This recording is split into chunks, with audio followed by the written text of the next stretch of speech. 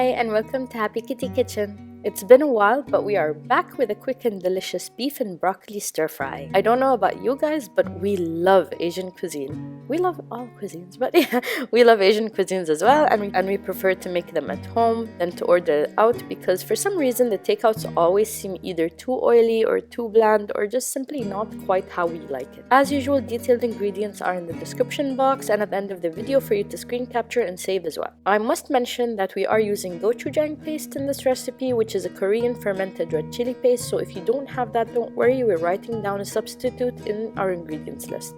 Let's begin by coating our thinly sliced beef fillets with 1 tablespoon of cornstarch and 1 teaspoon of sodium bicarbonate, also known as baking soda, and we add that because it helps to tenderize the meat and keep it lean, whereas the cornstarch will give the meat a bit of crispy exterior. Then we'll add in some soy sauce and a dash of sesame oil to flavor and marinate the meat in, then set it aside to rest for about 15 to 20 minutes while you cut up your vegetables and prepare everything else. So then in a wok on medium heat, we'll add in a bit of sesame oil and a bit of vegetable or sunflower oil or whichever frying oil you prefer. If you're wondering why I didn't put all sesame oil in the pan, well, it's because it has a very strong flavor and might become too overpowering, and more importantly, sesame oil is quite expensive. When the oil is hot enough, add in your meat and start frying them. They won't take too long because they are thin cuts. 2 to 3 minutes in total were enough in my case. If you're worried you've undercooked them, you can always cut into the thickest part of the beef and see for yourself if you want to cook it longer or not. But either way, don't worry, we are going to add them back into the wok at the end again, so that'll give you a chance to cook some more.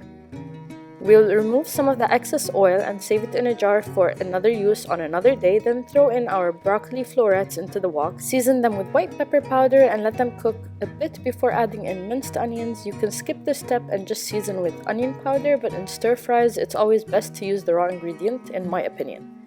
Then add in minced garlic, 2 dried whole chilies, and sticks of raw ginger, or a teaspoon of minced ginger if you prefer that instead.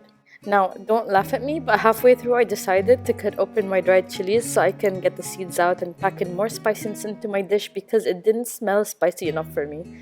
Next, I'm adding in my mushrooms and thin slices of celery, and I know that's not for everyone, so don't add them if you don't want to. Then I'm adding in my slices of onions. And here I'm just showing you how the beef looks overall. I am going to go ahead and cut them up into smaller pieces just so I can mix them up easily with the veggies in the wok. Back to the wok, I don't want the veggies to cook that much more, so it's time for me to add in my sauce mixture, which is made up of sesame seeds, soy sauce, gochujang, and rice vinegar, and mix everything up. Don't forget to taste as you go to see if you need to add anything else, like soy sauce in my case, and a sprinkle of ajinomoto, which is MSG, monosodium glutamate, and that's optional if you don't want to add that either. I did add in more white pepper powder before adding in my beef and mixed it up well to get sauce on it, then added in chopped green onions, which is the last thing I like to add because I don't like them to be cooked, and I mixed them up some more. Taste and see if you want to add anything else in, but basically you are done with the dish. Serve with noodles or on a bed of white jasmine rice and enjoy. Thank you for making it this far in the video and keeping up with my very, very sick voice. And hopefully give this dish a try and let us know what you think. And as usual, have a great day from Happy Kitty Kitchen. Bye!